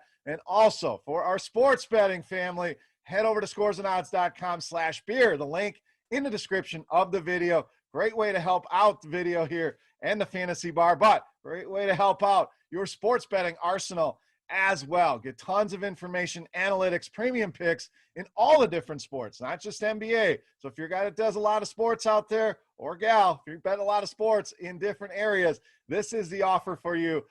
scoresandodds.com/beer. All right, we got all that out of the way. Let's talk some NBA action tonight. Let's start with my favorite value play on the slate, point guard Brandon Goodwin of the Hawks. Now we know Trae Young going to be out here tonight. Atlanta dealing with some other injuries as well. We'll see what happens with guys like Clint Capella, Gallinari, but they're also missing a lot of offense with guys like Hunter, Reddish on the shelf. So going to be plenty of opportunity here for a guy like Brandon Goodwin. But we've seen when Trae Young is out, this guy gets to start. He's been very productive. 3 starts this season in this scenario, 34 minutes per game, and averaging almost 30 DraftKings points a game in those scenarios. So again, we're getting almost a 10x return at this $3,400 price point on DraftKings. So cash games, I think he's a lock and load, especially on DraftKings, but even on FanDuel, just $5K. And I think there's plenty of upside here, like we just talked about, on both sides if he is in that starting lineup, which I expect him to be. Brandon Goodwin, don't overthink it here. Tremendous value to lead us off at the point guard position. All right, let's stay in value town here. Maybe more of a mid-range play. Let's go down low to center. Ivica Zubac of the Clippers. So we know Clippers going to be shorthanded again. Kawhi Leonard going to be out a few more games. Serge Ibaka not expected to play here tonight. So that's going to keep his role, his minutes solidified. I know DeMarcus Cousins kind of there, taking a few minutes away. But Zubac should play 28, 30, 32 minutes in this one, and has really produced some nice ceiling games for us as well. 34 more DraftKings points 3 times here over the last 8 games in Houston. A matchup we just want to expose with centers. The main reason I want Zubac here tonight, Houston has not been good against the center position. We know they're undersized, as good as Christian Wood has been offensively. There is no defense going on, and Zubac should be able to control the boards here, and a guy that can contribute across every single category. But Houston, 3rd most fantasy points allowed to this position. Prices are fair in the mid-5s. Zubac, my favorite center play of the night. All right, we saved you some money so we could spend up here in our next one at power forward with Jason Tatum of the Celtics. So Jaylen Brown, questionable as of this recording, and to be honest, I don't care if Jaylen Brown plays or not. Obviously, if he's out, that's a huge boom to Jason Tatum and the ceiling output, but even if he's in there, I like Tatum regardless. Now, the recent performances, fantasy points have been down a little bit. That's because of the shooting has been absolutely horrific here recently for Tatum, but the encouraging part is still putting 35, 40 fantasy points on the board, even while shooting 2, 3 of 17 in the last couple games. So I think that gets a strong turnaround here. Big showdown game here with the Brooklyn Nets, who he's played pretty well against this season, averaging over 25 points per game against this team so far this season. So I really think you see Tatum bounce back. Shooting wise, I think you see that fantasy point numbers start to creep up, and I think he goes over 50 fantasy points in this one. In fact, threatens 60 fantasy points, which easily pays off these high numbers. Plenty of value out there. Jason Tatum, one of the studs I want to pay up for here on Friday night. All right, let's move to sports betting. My favorite play of the night here. We're going to go with a late night underdog hammer. We're going with the Memphis Grizzlies plus 3.5. So big game here in Portland, no doubt, but I really like the Memphis side of this one. Don't even hate the money line as well, but I'll gladly take the 3.5 points. Now let's break this one down. Obviously, Jonas Valanciunas, a huge loss for Memphis, and I think that's what a lot of people are going to point to is Portland should be able to dominate in the paint with Nurkic back, Kanter, and I definitely think that's going to be an issue, but we saw the return of Jaren Jackson Jr., who didn't play a ton of minutes, but was productive. And the return of Jackson, I think, is really going to be energetic for this team and really kind of help offset that loss. Plus, you got the old man there playing down low. In Xavier Tillman has that old school game. It can help kind of negate some of these big guys, Nurkic and Kanter for Portland. But the real reason I like Memphis here, been absolutely on fire against the number, covering 15 of their last 19 games. 9 of those have come on the road. So a team that is not afraid to hit the road and get the job done. And Portland, we've really seen a Jekyll and Hyde out of them. Sometimes they look great. Sometimes they leave a lot to be desired, and it kind of shows in the numbers here. In fact, they've only covered 4 of their last 9 home games. So I like Memphis to win this game. Gladly will take the 3.5 here. The Memphis Grizzlies, my favorite bet of the night, brought to you by our friends over at scoresandodds.com. All right, let's get back to the DFS plays. We're going to spend up one more time at the shooting guard position with Paul George of the Clippers. So a little double dip here of the Clippers for us. We gave you Zubac. Now we're going to Paul George. And this one to me is always somebody I want in my lineup when Kawhi Leonard is not in the game. This is a guy that's going to be ultra aggressive offensively. We know he's going to take a ton of shots, and the matchup here with Houston we'll get to in a minute. But let's talk about the shots alone. The last 5 games, 25, 25, 29, 17 and 22. So we know George going to get his shots, and the usage going to be off the charts every single time we have this scenario played out. In fact, he's gone for 50 or more DraftKings points now in 6 of the last 7 games. And we talked about how bad Houston is against the center position. Well, there's not a team out there that is worse against shooting guards than the Houston Rockets. They have allowed the most production to that position. I think the only question is, can this game stay close? I think Houston can do enough here, even with this big spread.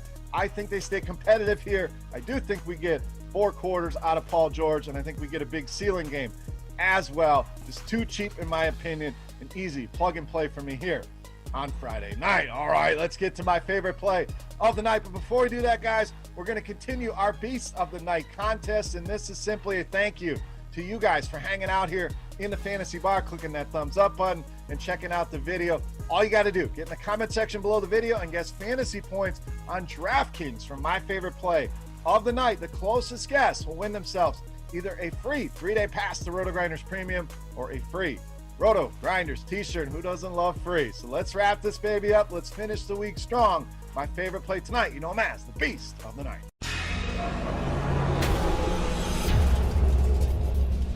All right, Beast time. I promised you a sub 7K Beast, and that's exactly where we're going tonight. We're going to power forward. We're going to my boy, Darius Baisley of the Thunder, tonight's Beast of the Night. So Baisley been playing very, very well. We know OKC very thin. We know SGA's been on the shelf. We'll see what happens with Lou Dort. I'm expecting him to be out.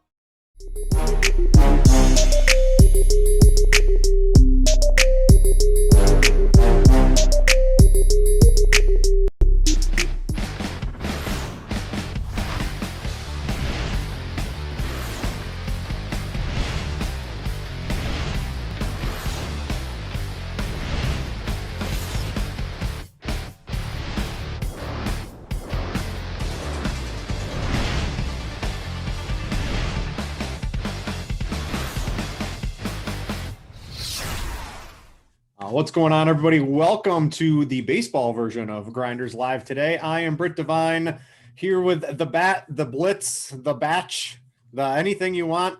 You wanna call it, as long as it starts with a B and a sports related. Mr. Derek Carty, who did attend my wedding, also previous host of the last show. Dean was also there, along with everyone's favorite Dan Bach. But Carty, what's up, man? It's a long time since I talked to you last. Yeah, it's been a while. Our first show of the year, quarantine and everything, what it is. I guess it's been since Nashville, right? Yeah, it's been a while, and I am excited. I got a pack. Look at this. Carty, you don't participate in any of this nonsense, but I'm sure Devin and I both got ourselves a pack. There was like a little test thing, so I'm excited. Not the pack I wanted to waste my shot on, because I'm like for all of the good packs, but excited to get a little Top Shot pack. I guess we're going to talk about basically baseball as a whole in just a little bit. We're going to talk maybe about some Vegas over-unders today, maybe anything you figured out about the ball. I'm not sure if you've really talked about this on Grinders Live recently, but figured we'd bring it up for everybody. So I pinged you on that, and you got some research prepared for everybody. But I do want to tell you about a couple things going on here at Rotogrinders first, before we get into the baseball slate tonight. The first, the main thing we've got going on is on Lineup HQ. We've had FanDuel, we've had DraftKings, we've had Yahoo. We've got Super Draft now on Lineup HQ. So if you've ever wanted to play over there, it's not salary based. You can play whoever you want. So Jordan's probably having a field day over there. It's all multipliers, right? So Mike Trout might get you whatever he's not tonight, but Mike Trout might get you his normal points. And then, some scrub, Tommy La Stella, might get you 2x points, right? So does Tommy La Stella 2x equal Mike Trout at his normal stuff and things like that? You can check it out. The bat works for it. Our projections work for it. You can MME over there. It's a fun thing. Grant does shows for it, for information and things like that. So there's a lot going on. Go check that out in Lineup HQ. It's always better to have more choices in DFS sports betting. So go check Super Draft out in Lineup HQ. The other thing we have going on over here is the 5 for 5.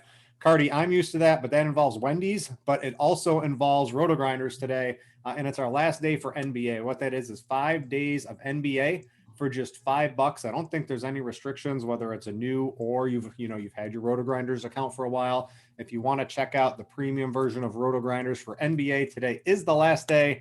It's 5 days for $5 that get you through the weekend and in the next couple of weeks. And you need all this stuff. You need access to crunch time, specifically around this time in the NBA season, because all hell breaks loose around lineup lock. So please do go check that out if interested. All right, let's talk some baseball today, Carty. Let's talk the season as a whole right now. I guess first, let's talk about the baseball, right? This was a big thing going on here today. I've seen some things where, I was reading a couple articles today where like the expected WOBA is basically the same as it should be, but the WOBA is actually a little bit lower and I think that's sort of because it runs off previous years expected WOBA data. So to me, that means maybe the ball is having a little bit of an effect on some of the, we have seen a little bit, maybe lower run totals. What are your findings on that today? Have you come across anything? Is the bat adjusted for anything? Yeah, so I've set up the bat to kind of be able to automatically adjust on the fly when the ball changes. Even mid-year, if they change the ball, the bat will pick up on it. But the ball is obviously weird. Like we had the reports at the beginning of the year, okay, MLB's dejuicing the baseball. And then the day before the season, they're like, okay, well, MLB didn't test the drag coefficient, so maybe it's not going to be dejuiced at all. Maybe it's going to be like the most home runs we've ever seen. And to this point, it's basically played exactly the same as it did in 2020, just for different reasons. You'll see those things like the WOBA, ex-WOBA things. You'll see people talking about how like exit velocity is up this year, which normally means more home runs. But because of kind of the way the ball has been redesigned, kind of exit velocity is up, but it's not necessarily going farther. Like the drag, there's more, it's a lot of like physics stuff we don't need to go into, but basically exit velocity is up, but the ball isn't necessarily going any farther. Home run rates are essentially unchanged from what they were in 2020. Strikeout rates are up because strikeout rates always go up, and the new ball is kind of causing the strikeout rates to go up because movement is different and spin is up and all other good stuff like that. Essentially though, the ball is similar to 2020 when all is said and done. At least to this point, that's what it has played like.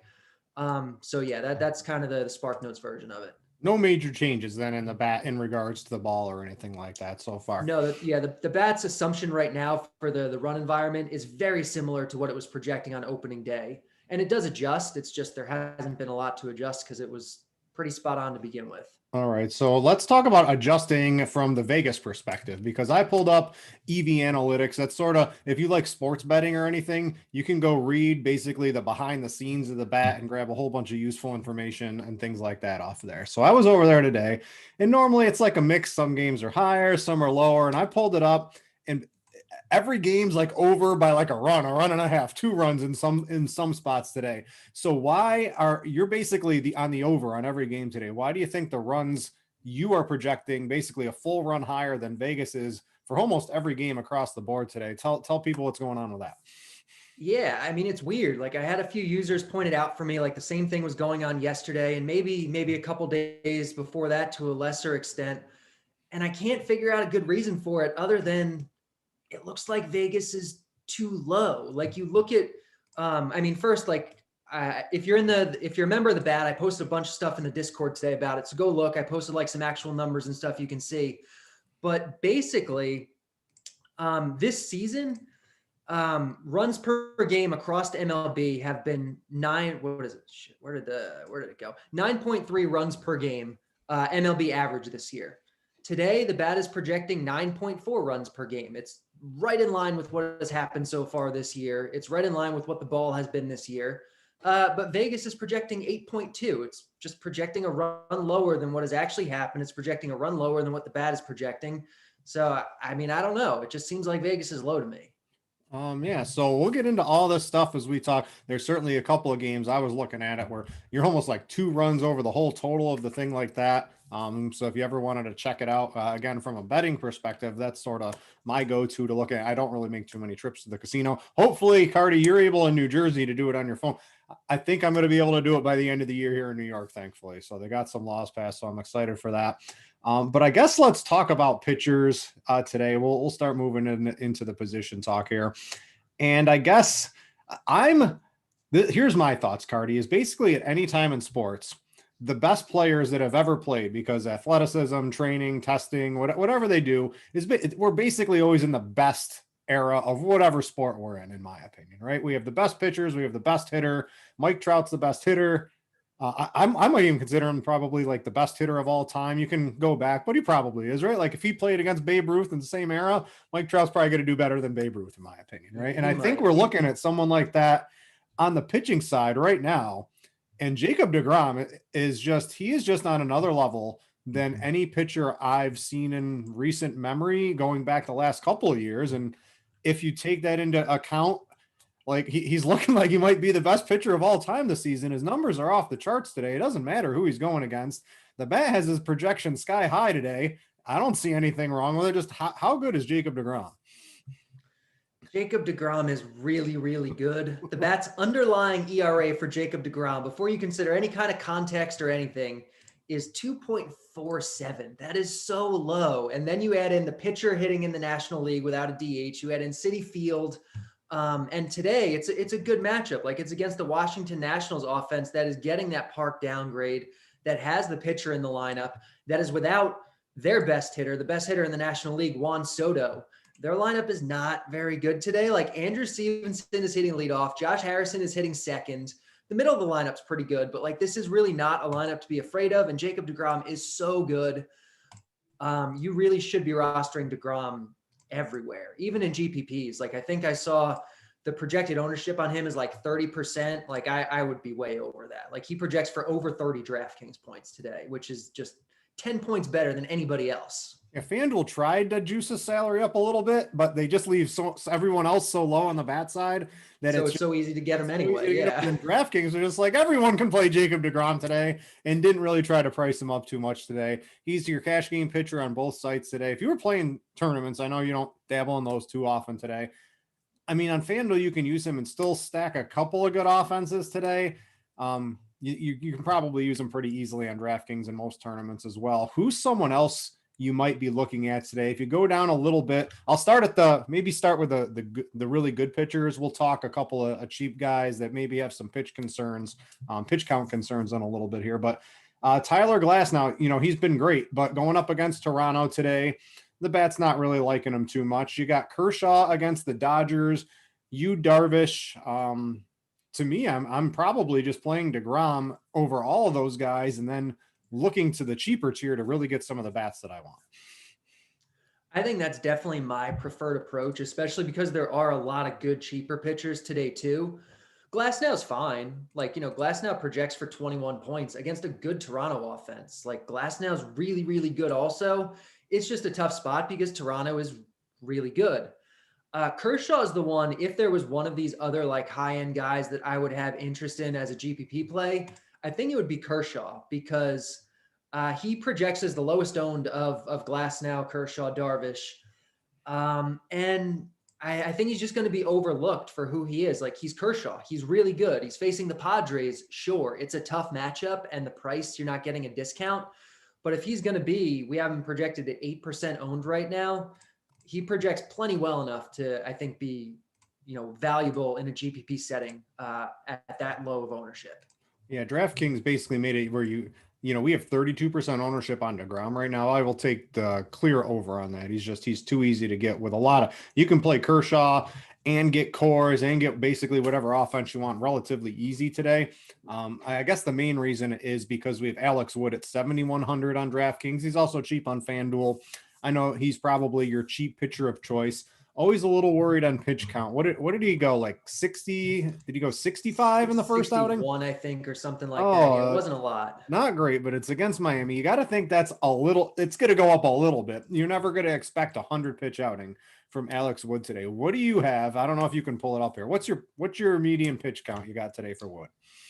89, which is maybe a little high. It's tough because in that first start, they said that he was, more or less stretched out, should be able to go 90-ish pitches, 95 pitches. And he didn't do it in the first start. He was so good. Yeah. So theoretically he should be able to go that long. It's just, he's on a new team. Gabe Kapler is one of these guys who is a more progressive manager, pays attention to times through the order penalty and stuff like that. So I don't know how deep he's going to go, but Alex Wood is a good pitcher. This is a good matchup and he's underpriced. And so I like him regardless. It is just kind of a matter of when's he going to get the hook? I think to me, right, this was his first start. It was sort of like you saw on opening day for a couple of pitchers. You had, who was the Twins pitcher? Had the no-hitter going. And that whatever. Remember. Yeah, he gets pulled when he has a no-hitter going because it's. Was it Barrios maybe? Yeah, Barrios. Because it's just sort of planned, right? They're not going to let these guys go too deep. And I'm going to assume Alex Wood before the game, coach sat him down and was like, Alex, you're going to go 5 innings today. If that's 90 pitches, you're good. If you're lights out, you're probably just going to come out. If he's pitching great, I'm going to expect him to go 6 innings today, right? It's just something I would expect. I don't know. You might be a little too high on the pitch count. But if he's going 6 innings and he pitches great, that's not really going to worry me too much today. So I do like him as an SP2. There's a couple other guys. We've got a lot of projected ownership on Sandy Alcantara. The bat does not like Sandy Alcantara today. So what's going on with that? We have him currently, at least on DraftKings, at 17% ownership. That is the 4th highest owned pitcher. It looks like you would be steering far away from that. Yeah, I think especially at that ownership, I have no interest. There's other guys that project, similarly or better for much lower ownership. Sandy Alcantara is fine, but he's a guy who, really hasn't been good up until recently. He's always thrown hard and kind of had that stuff, but never done anything with it. Had, not the best strikeout rates, had control issues. He's been really good this year, but I'm not after 3 weeks ready to start calling this guy an ace or anything. It's not like the matchup is awesome. This is a Giants offense that, they're better than people think. They're kind of old and boring with guys like Longo and Belt and Posey and whoever, but this is a pretty solid offense. They don't strike out a lot. I just, and Oracle Park, is still a park that we should expect to play more hitter friendly than it has in the past because of what they did with that archway in right field. Mhm. So Alcantara just doesn't project super well, especially on a slate where there is a lot of pitching to like. Like if this was yesterday's slate, yeah, he's very much in play. On this slate, especially at that ownership, I can't do it. Yeah, so I think people are going to play in DeGrom and Alex Wood, at least on DraftKings. That's going to be the prevalent option. I still think DeGrom's probably worth paying for. If you wanted to get a little different in ownership, is there anyone in that 6 to 8K range, or are you going up to, the 8 to 10K range to try to get a little bit different away from Alex Wood? I think the 6 to 7K, 7.5K. I think there's probably 5 guys in that range that are very much in play for GPPs. All right, let's let the people know who that is. So, kind of mix and match them, play the ownership game on whichever ones you like. But J.A. Happ, Mike Minor, Dylan Cease, Huascar and Noah, they're all facing bad offenses. They all project for like 15-ish points. Most of them are projecting, under 10% ownership. And so especially on a slate where everything's spread out, like don't be afraid to just have exposure to all of them, spread them out. 1 or 2 of these guys is going to hit a ceiling. So I think they're all, really good plays here. I see. I do want to note too, this is an interactive show, right? We're on YouTube. Hi, YouTube. Click the like button if you're over there too. We would appreciate it on YouTube. It's interactive. If you have any questions, Devin will be fielding them for us towards the end of the show. But we are talking about pitchers. I see Fredericks in chat. He wants to know, what's your thought on Matt's strong start? Is it legit? Is it too early to tell? Is the sample size too small? Are there lefty mashers out there? What's going on with Matt? It's early in the year. There is always going to be sample size concerns, especially for a guy like Matz, who you look at his peripherals, he's basically doing everything that he's always done, except he's not getting blown up for home runs. Like he's a guy who has always had this home run per fly ball rate that is like way higher than you would ever expect any pitcher to be. And it's just never regressed. This year it's regressed. So, maybe it's just, he was getting super unlucky for a long time. This is the guy that everyone thought he should be, and maybe he was, and he was just getting unlucky. But there's not a lot that has really changed about him, I don't think. So, do with that what you will. Would you play him today?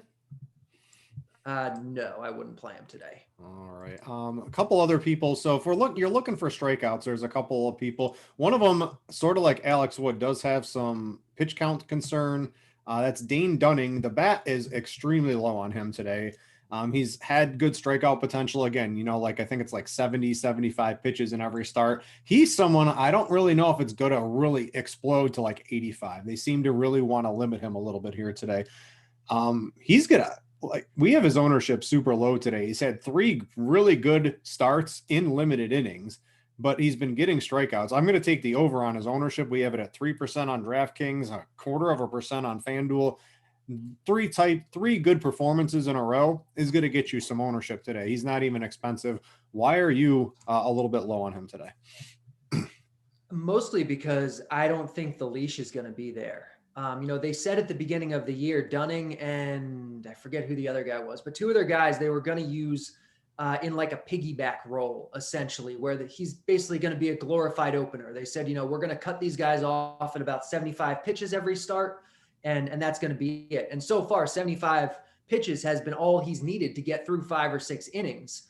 But eventually, once he starts giving up more hits and runs, once things normalize, 75 pitches is not a lot. They did say that, if he pitches well, he could, get worked back into a more traditional starter role. And you don't know when they're going to flip that switch because he has been good so far, but that's not a risk that I'm willing to take, especially on a slate like this where there is so much good pitching. I think, 75, 80 pitches is what we should expect in a mean scenario as his max. Anything else on the pitching? I see a couple other questions. We'll get to those a little bit later in the show. Is there any other pitchers you really want to talk about out there today? Or maybe we can talk about some pitchers that we want to use our stacks against. I really think that covers it. I think there's a lot of ways to go with pitching. I would be over the field on DeGrom for sure. The bat is projecting like 31 DraftKings points. That's insanity. So I would be over on DeGrom for sure. Really like Alex Wood. And I like those 4 or 5 other guys in the 6 to 7K range that I mentioned. And I think Kershaw is going to be too low owned. All right. Let's, before we get to some of the position by position talk, let's talk some stacks because there's 28 teams playing today. First from strategy, this baseball season's been really strange. Some of the teams I've seen win some tournaments. And there are some stacks, but it's a lot, especially maybe like a week ago. It was just the scoring was so low for so long. It was just a bunch of random players mashed together that all happened to hit home runs, right? It's very hard to do that, especially on a 14 game slate today. So I would definitely stick to stacking. You could obviously see that if you're a premium member, you read Slate IQ on DraftKings. But basically like 5-3, 4-4s. FanDuel, you can always do a 4-3-1. But I would certainly stick to, maximum stacking on all your teams today. There's some really good offenses, right? We've got Oakland. I think they're really good. They're leading off the slate. We've got Boston, who their offense basically explodes every single day now, even though they've lost. They were pretty bad last year. They've really rebounded this year. Hey, variance in baseball. It exists here. They should be pretty popular. What else are we really looking at? We got the game and cores. Of course, we have that.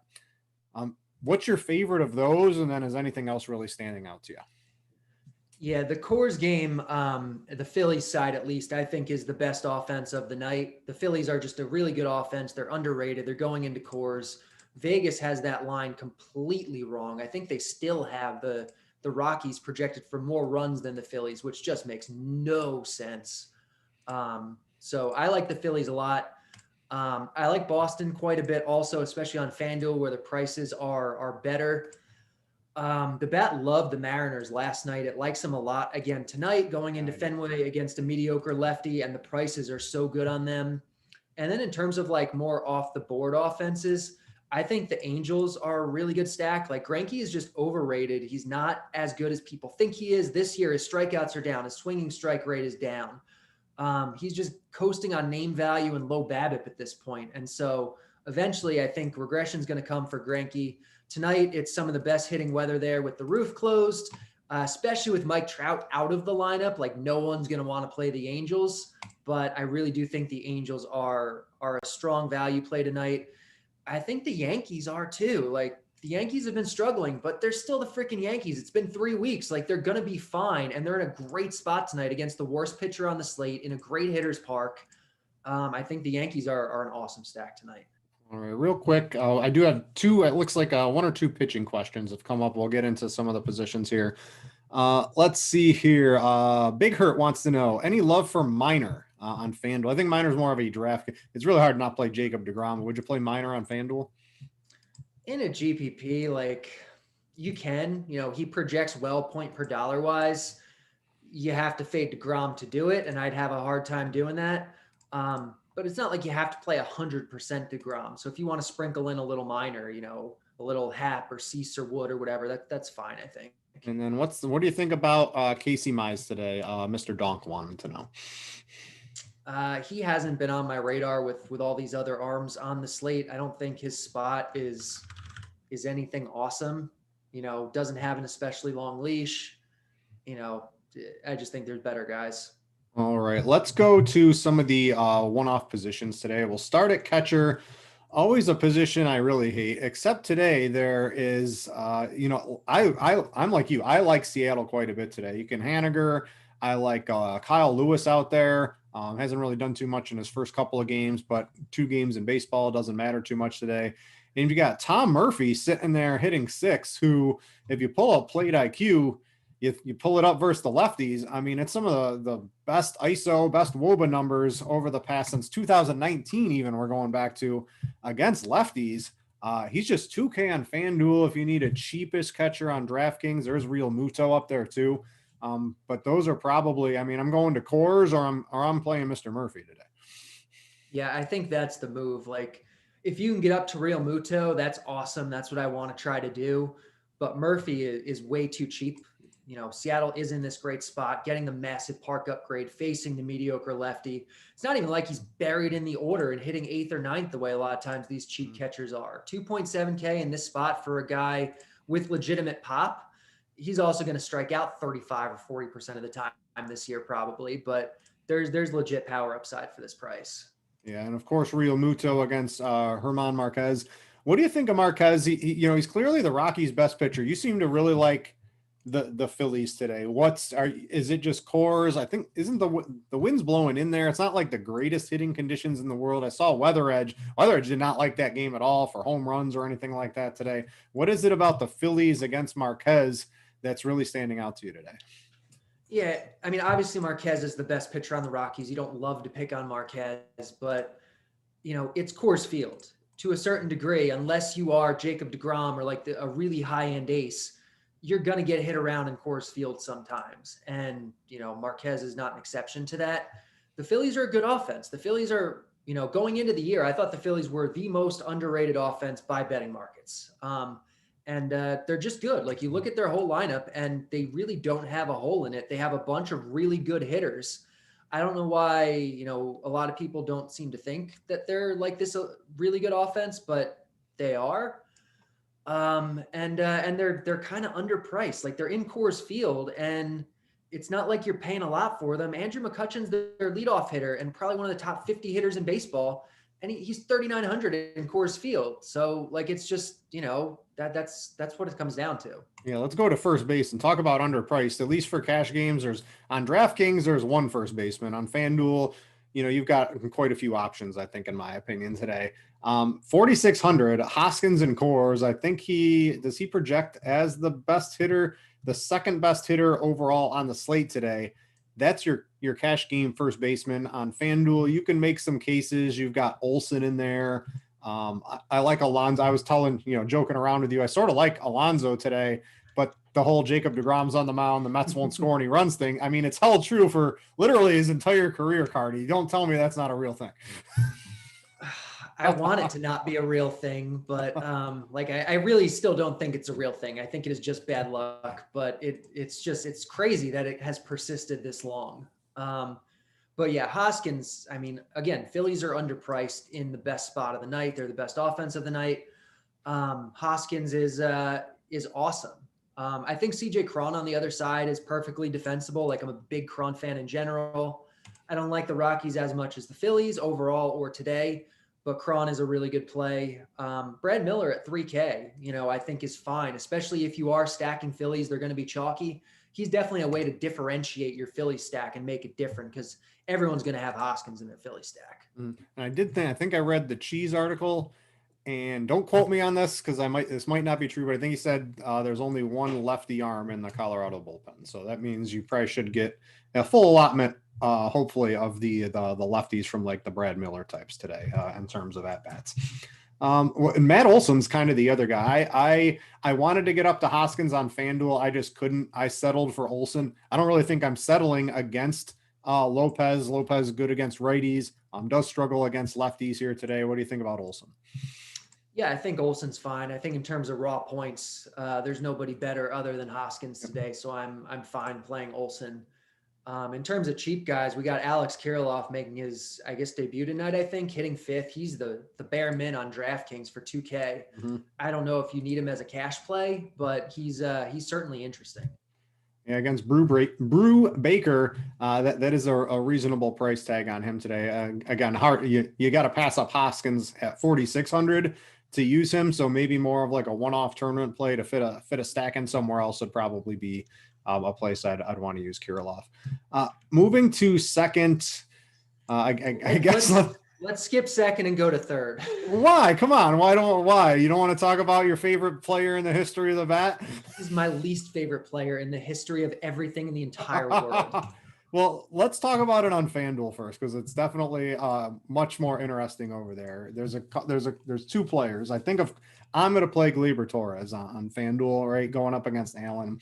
DraftKings makes it a little tougher. You got the other Yankee, Rougned Odor, over on DraftKings. And then if you want to just avoid the Yankees, right? If you believe they stink, Jonathan Scope does look pretty good there. He's reasonably priced on both sites. Those would probably be my three cash choices: FanDuel, Torres, DraftKings. What are we doing, Cardi? Are we playing Odor, or are we going to try to mix it up somewhere else?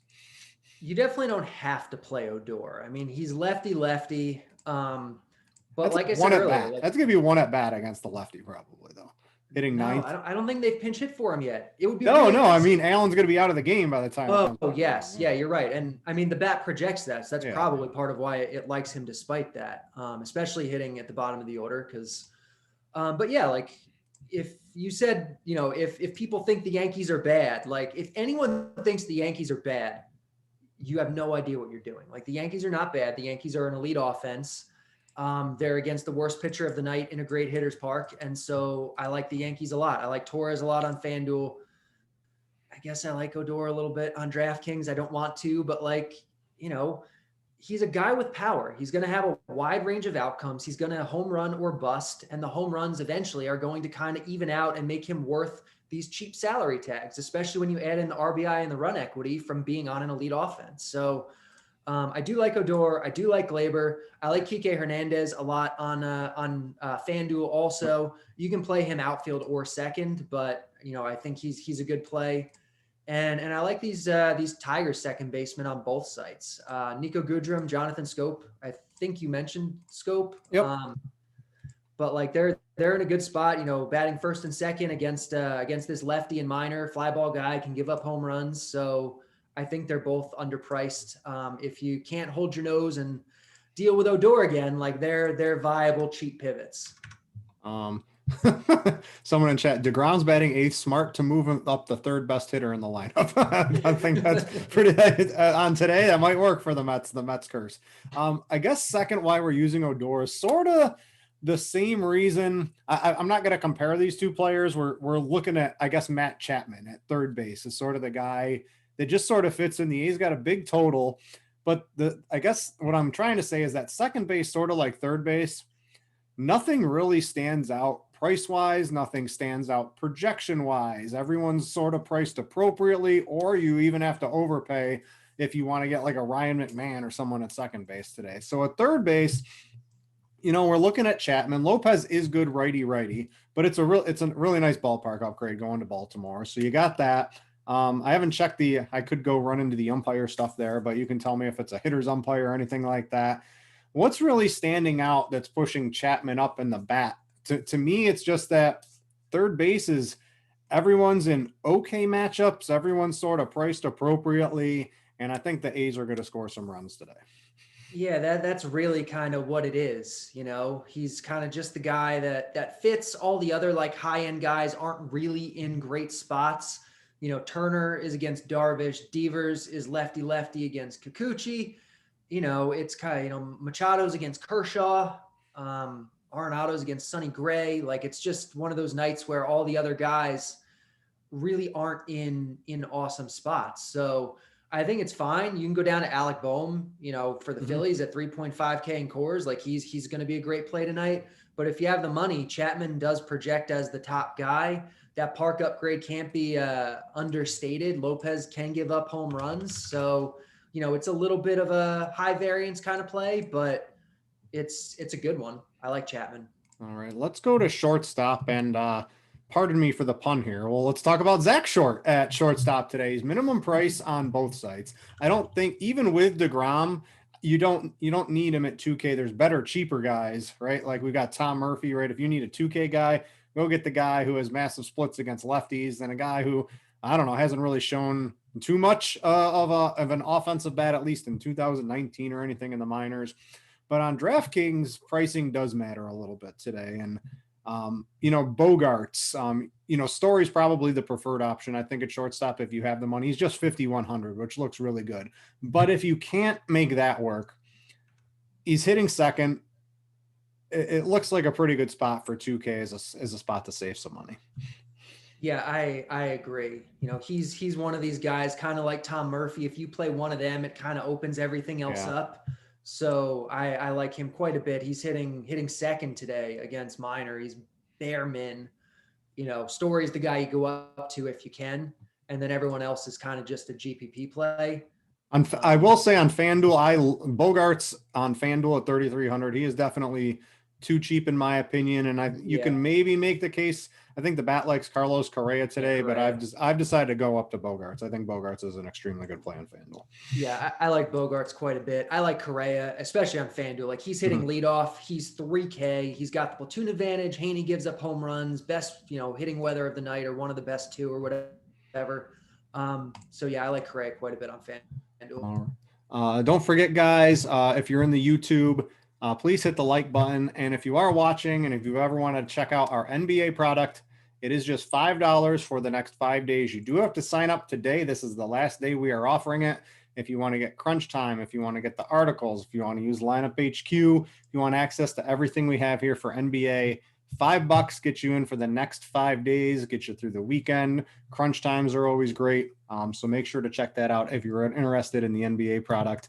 And also, if you're looking at Lineup HQ, don't forget we do have Super Draft in there now, a different sort of a site. It's not salary. It uses multipliers. I explained this earlier, but instead of using Mike Trout, right? If Mike Trout hits a home run, you might get 14 fantasy points at 1x. But if Tommy La Stella hits a home run, Tommy La Stella is never going to hit a home run, but if Tommy La Stella hits a home run, you might get 2x his fantasy points, right? So you have to sort of balance it out. It's a fun site, a different way to play DFS, and it is now in Lineup HQ. You get the projections in there. You can MME. It all works flawlessly. So go check that out while you're in over there. All right, let's go to the outfield. 14-game slate, a bajillion different outfielders you can use today. All right, let's go from like high priority to maybe some secondary guys, and then maybe we can hit on a couple of value guys if we're looking for it. Yeah, I mean, outfield, there's always a ton to like, but Harper is the best hitter on the whole slate. He is not as ridiculously priced as a lot of these other Phillies are. He's 5.7K, but you still should make it a point to try to get up to Harper on DraftKings at least. Mm-hmm. I was having a little trouble on FanDuel getting to him at 4,800 with DeGrom and something else here. What's your thoughts on FanDuel? On FanDuel, he's really hard to get to. I don't think he's necessary at all over there. Yeah, I was finding a way to get him on DraftKings, but ran into a little bit of problems on FanDuel as well here today. You mentioned McCutchen. He's leading off. Hasn't had the greatest start to the season, but really no problem plugging him in on both sites today. Yeah, he's still really good. He's an awesome play, especially on DraftKings. I think McCutchen's one of the best salary considered plays on the whole slate. McCutchen is awesome. In that same range, like we have Mitch Haniger, who the bat has always really liked. His price is finally going up. He's over 4K now. He was like 3K for the first couple weeks. He's in a good spot, so I like Haniger. I like Kike Hernandez. I mentioned him earlier. The bat really likes Justin Upton. I mentioned, I think Greinke is overrated. He's not the same guy he used to be. He's getting by on name value. Good hitting weather here with the roof closed. Greinke is a pretty extreme reverse splits guy, so that plays in Greinke's favor. And someone pointed out in one of the chat rooms that Upton's got great BVP against Greinke. So hey, let me go. Greinke, BVP. Let's go. Let me go take a look at this. Let's see what we got here, Cardi. We'll see if there's a big enough sample size for you. I'm gonna go with no. But he's 12 for 39 with 3 homers. That'll get it done. That'll get it done. So, yeah, I don't like BVP, but I do like Upton today regardless. Cheaper guys, we have Kirilloff again in the outfield. We have Mickey Moniak at 2.3K for the Phillies. Tommy Pham's facing Kershaw, but he's 2K, and so that's really interesting just as a way to be super different if you need someone like that. Kyle Lewis is batting cleanup for Seattle today. He's 3-2. He's a really good play. On FanDuel, Hunter Renfroe, Kike Hernandez for the Red Sox. These guys are really good. So yeah, that's some outfield. Devin, if you can if you can give me a couple of those questions, Devin, that would be great. But I don't know, can you pull up Weather Edge, Devin? Because I want to talk about the Red Sox game in Seattle, because I'm looking at it right here, and this has to be baked into some of your numbers, Cardi. I know Weather Edge is premium. Sorry, Roth, I'm going to give away some stuff here. So he's got a 54% increase in home runs today, and it's not off like 1 or 2 games. It's off 23 games, which still isn't a lot in baseball, but that's a massive amount. The wind's blowing out. to right center at 16 miles an hour today, Cardi. I mean, Haniger, Lewis, give me anything in that Boston game. I think this is a game that can score a ton of runs, and I'm pretty sure the bat's all over that today. Yeah, I'm on it. All right, let's take some questions here. We got to get out at about 6:20 so that you can tune in for crunch time. Or is that 6:15? What time do we got to get out of here today, Devin? All right, so we'll be out at 6:20. Devin's got me some questions here, so we'll try to get to those to round out the show. And if you have any other questions, throw them into the YouTube chat. We'll answer them. You can specific question about the slate, anything you want. If you missed anything about the baseball, the physical baseball and its effect on it, Cardi talked about that at the beginning of the show. If you want a recap for that, ask for that in chat. But here we go. We'll answer a couple of questions here today. This was from Stan in chat. I don't know what time he asked, but interest in Alex Wood as an SP2. He's definitely the Bats consensus SP2 on DraftKings today. Yeah, he's just a guy the Bat has always liked. And other projection systems like him too. Like if you look over at Fangraphs, every single projection system says Alex Wood is a sub-4 ERA pitcher. And he's in a good matchup today, and he's cheap. So yeah, I love Alex Wood. All right, this one's from Sankit.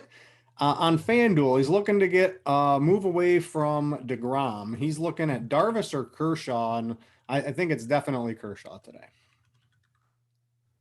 Sorry, I'm talking with someone in chat. I see you arguing. This guy's saying the Phillies are horrible because they've been bad for a couple of weeks. Like that is just the complete wrong way to think about any of this. Like you just can't do that. Oh, I love when Cardi gets riled up. It's so funny when it's on the show here today. But Sankit, I'll take Kershaw over Darvish. Same, for sure. Yeah, we'll go with that one. This is from King. King, you're on the wrong show. You got to go watch the one before us. He wants to know your favorite point guard outside of Westbrook today.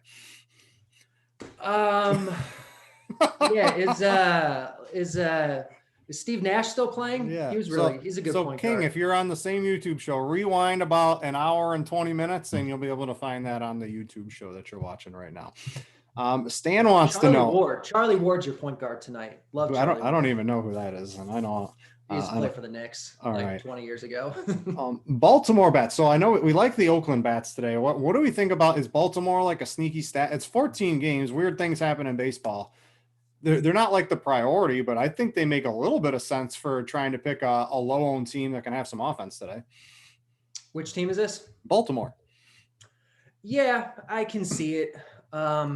It's a fine enough spot. I think I think there's enough. Like I think things are going to be spread out enough, and I think some of the legitimately good offenses today are going to be underowned enough where I don't need to get too cute. Seattle, I think, is the bad offense I would play if I'm playing a bad offense. But we have good offenses like the Yankees that are going to be overlooked, like the Angels that are going to be overlooked. And so, even the A's, I wouldn't be surprised if they're a little underowned. So yeah, I'm gonna like some of the offenses. I pulled up the EV analytics, which is like the over/under stuff for the Bat. So you've got, just in terms of team total today, some of the biggest differences between the Bat and Vegas, or the Bat X, I should say. That's the particular one I'm on. One, you've got Toronto scoring. It's not a lot because their total's low to begin with, but basically a run and a half more against Glasnow today. What's up with that?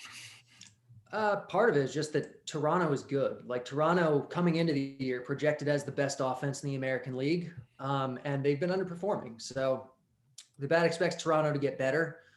It's not an indictment on Glasnow by any means. It's also a closed roof there. So where everywhere else is 50 degrees, it's 72 degrees in Tampa today. So it just likes the Blue Jays in general. It's still, it's projecting 4.25 runs. It's not like it's projecting him to blow up Glasnow. A couple of the other ones, and these are the ones everyone's using. You got Phillies a full run plus over their total. You've got Boston a full run plus over their total. You've got Seattle a full run plus over their team. These are the individual team totals, not even the game. So the good offenses are in really great spots, and I like that Boston Seattle game. I think someone wanted to know stacking the Oakland Baltimore game on both sides. I think that's fine, but to me, Seattle is definitely. I don't know how much ownership they're going to end up drawing, but that's definitely the team I want to target today. That's going to be lower owned for sure. Cincinnati Bats. No one really talked about them today? Do you have any real? It's baseball again. There's a lot of good power upside in that. Would you stack them, or would you pick off like a Suarez? Would you pick off a Castellanos to try to use tonight? You can. I mean, they have plenty of power, but they are overperforming this year. They might be the most overperforming offense of the season so far. And they're getting out a Great American Ballpark, which really helps them. So in this matchup in this park, they're kind of just an offense that's there for me. I'm not really super big on them. Yeah, we got Vegas has that as what, an 8-run total. We've got 7.5 on Lineup HQ today. I thought 7.5 was a little low. If it's at 8, I think that makes a little bit more sense today. It's going to depend on the book you're looking at, probably. Yeah, whatever. I don't know what Lineup HQ looks at, but that's what it's staring at today. What do you think of Kim? Just no strikeouts, but a reasonably. What's your expectations of him, the Reds today? I don't know. That lineup doesn't look too great without Moustakas in there. Yeah, I mean, I don't think Kim's anything great. He doesn't have a super long leash. He has a big platoon split, and he's facing 7 opposite-handed guys today. I think there's just other better options. All right. Someone wants to know the biggest gap you would use in a batting order stack before you consider it negative correlation. So it's baseball. It's weird, right? Like if you make like a 1, 3, 5, 7, 9 stack, right? That's probably not the most ideal, but it can work in baseball. It's weird, but I'd be more apt to do like 1, 2, 3, 6, 7, right? Like you can miss a couple of guys in the middle. It's not an absolute priority. Optimizers generally will group like 1, 2, 3, 4, 2, 3, 4, 5, right? Because those are generally the best hitters, and sometimes those lineups get duplicated or are more highly owned players. Do you have any? Have you ever looked at lineup correlation or studies on batting order, things like that? Just I don't worry about it too much in baseball outside of an extreme weird lineup or something like that. Yeah, I know Blender says it a lot, but like more important for him is that it feels like good positions. Like if the 2, 3, 4 hitter are all outfielders, like that's not an ideal way to do it.